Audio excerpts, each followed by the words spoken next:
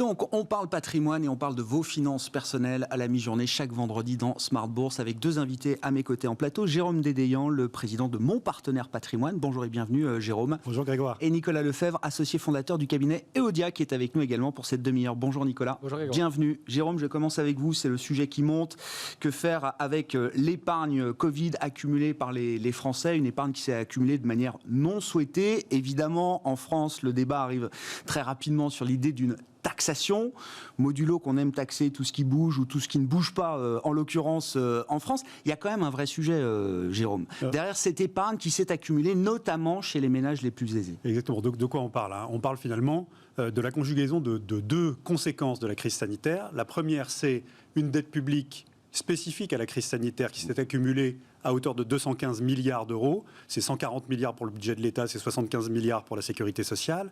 Et ça vient d'une perte de recettes liée à la baisse de l'activité. Et évidemment, ça vient de la dépense liée à toutes les mesures de soutien exceptionnelles aux ménages et aux entreprises pour passer cette crise.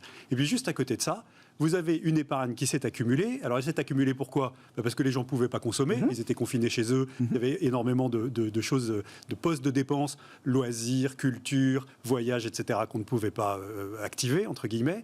Et puis il y avait des revenus qui continuent à arriver grâce aux mesures de chômage partiel. Et ça, c'est 110 milliards en 2020, avec une projection de la Banque de France de 2000 milliards.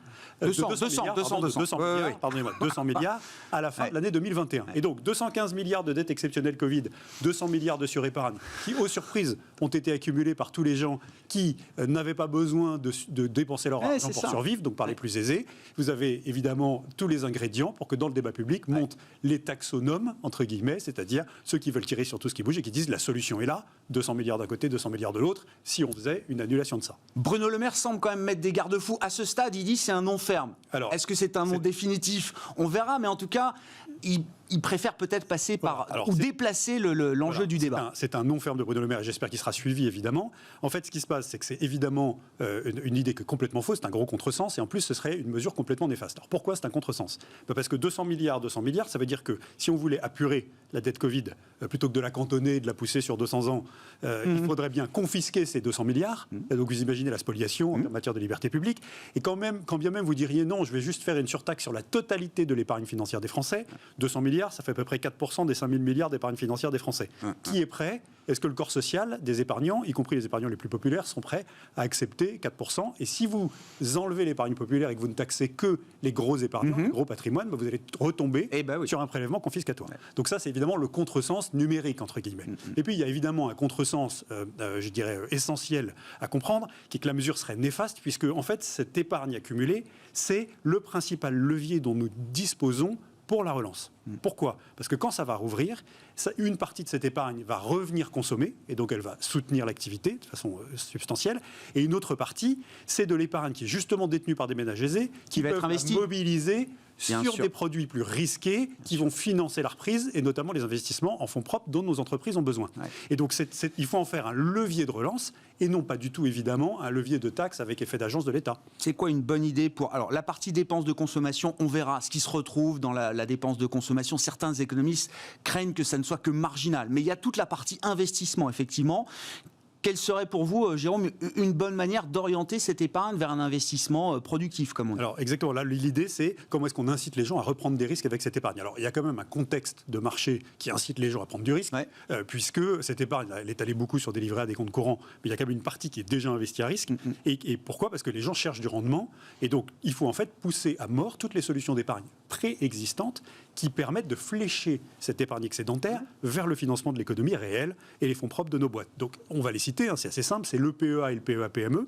Et on a créé le PEA jeune, mais on a souvent, chez des jeunes, l'ambition d'avoir des choses plus sécuritaires. Donc, comment est-ce qu'on fait pour les éduquer aux actions? Il faudrait qu'il y ait quasiment un abondement de l'État pour inciter les jeunes à investir en actions. On pourrait imaginer, pour les plus jeunes, une petite incitation sur le PEA. Moi, je propose d'interdire le livret A. On ouvre généralement un livret A à chaque enfant qui naît.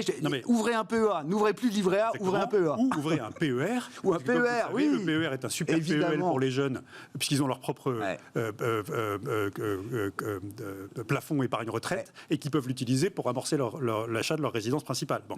Et puis le PER, d'une manière générale, on a des super stats sur le fait qu'il finance vraiment l'économie, on pourra en parler tout à l'heure. On va y revenir. Et donc si on pousse le PER par rapport à l'assurance vie, par exemple, on a un levier beaucoup plus direct sur l'investissement en fonds propres. Et puis, ça, c'est les enveloppes, si vous voulez. Et on sait que dans les enveloppes, ce sont des enveloppes qui sont plutôt investies en actions. Mais ensuite, on peut travailler sur les produits. Oui. Et en fait, on a créé le label Relance.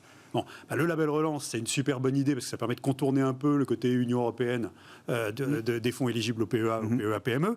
Mais il faudrait donner une incitation à ce que ça aille, parce qu'on ne peut pas espérer qu'un produit avec du risque va décoller si on ne met pas quand même un petit incitant fiscal dans la machine. Bien sûr. Il faut travailler aussi sur la liquidité des produits investis en non-cotés, donc du private equity et assimilé. Il y a absolument possibilité de mutualiser, de donner des gates de liquidité, par exemple sur le même modèle que les OPCI pour l'immobilier avec 30% de liquidité, qui permettent d'absorber le choc de rachat sur des actifs qui sont par définition beaucoup moins liquides puisque vous ne pouvez pas les échanger sur un marché. BNP vient de lancer un produit hybride, j'en parle parce qu'ils sont venus nous présenter, qui est assez novateur, où il y a une poche private equity et ils assurent une liquidité, je crois, 2 fois par mois, il me semble. Exactement. Et donc ça, vous imaginez bien que c'est tout le contraire d'une taxe de plus. Et c'est vraiment ce levier-là qu'il faut utiliser. En fait, la sortie de crise sur la dette publique, on s'en sort comment ? On s'en sort par la croissance et par l'augmentation de l'assiette taxable et non pas par la hausse des taux qui, une fois de plus, comme les débats sur une contribution exceptionnelle sur les revenus qui existent déjà avec la CEHR ou les débats sur le retour de l'ISF dont on connaît les effets absolument néfastes sur le financement de l'économie, sont à proscrire à tout prix au bénéfice d'un fléchage de cette surépargne vers le financement de l'économie. On verra comment ce débat évolue. Je crois qu'il y a des... les rumeurs nous disent aussi qu'il y a peut-être une manière d'assouplir. Alors là, c'est plus de la solidarité intergénérationnelle, mais la manière de transférer ou la manière d'améliorer peut-être les processus de donation entre générations. Vrai, en comportement financier, en finance comportementale, on sait très bien que les jeunes, quand ils touchent une manne exceptionnelle, ont tendance à être capables de prendre plus de risques. Voilà. Parce qu'ils sont jeunes, ils ont l'avenir devant eux, ils ont le temps pour que ce risque porte ses fruits, entre guillemets. Et donc, il est clair que le saut de génération sur la transmission permettrait sûrement d'accélérer le fléchage de cette épargne vers le financement de l'économie. Comment est-ce que vous expliquez, vous évoquez le PER, le franc succès du PER qui a moins d'1 an et demi d'existence? Je ne sais pas si un produit a déjà rencontré un succès aussi franc comme ça en aussi peu de temps. Jamais dans l'histoire de l'épargne retraite en France. Donc je tape toujours, je sors mon revolver quand les gens disent on n'a pas de fonds de pension en France. On a un fonds de pension, c'est de la retraite par capitalisation qui ne dit pas son nom. Et il s'appelle désormais le plan d'épargne retraite d'entreprise. Alors je vous donne des stats simples. Un an après son lancement, donc au 30 septembre dernier, puisque ce sont les stats dont on dispose, il y avait 1 200 000 Français couverts par un plan d'épargne retraite de sa forme individuelle ou collective et 12 milliards d'euros collectés. Le rythme de développement est infiniment supérieur à tout ce qui a été tenté auparavant, la retraite Madelin des indépendants, le PER, le PERCO, etc., etc. Et en fait, le succès s'explique par un certain nombre de raisons qui sont toujours les mêmes et qui ont présidé à la co-construction du PER, parce qu'il y a eu un vrai processus de co-construction entre les associations de consommateurs, les professionnels de la finance, les distributeurs et l'État et le Trésor. Ça a été vraiment très bien fait. Et en fait, c'est assez simple. On a levé tous les freins qui empêchaient les Français d'épargner pour l'épargne retraite. Qu'est-ce qu'on a fait ? On a libéré la capacité de choix pour sortir en capital ou sortir en rente avec un choix à l'échéance, premièrement. Deuxièmement, on a donné un avantage fiscal à l'entrée, qui est absolument essentiel. On a étendu les cas de déblocage. De façon à ce que ça puisse servir de prévoyance s'il m'arrive un cas de coup dur et que mon projet de financement de mes revenus complémentaires de retraite passe en deuxième rang par rapport à ma survie financière immédiate. Et on a rajouté le cas de déblocage résidence principale, qui est un bon moyen de préparer sa retraite et qui est évidemment un frein psychologique extraordinaire pour mettre de l'argent dans un produit, si vous savez que vous pouvez le mobiliser à tout moment pour ça. On a aussi fait en sorte qu'il soit disponible en format individuel et en format d'entreprise, donc ça c'est essentiel.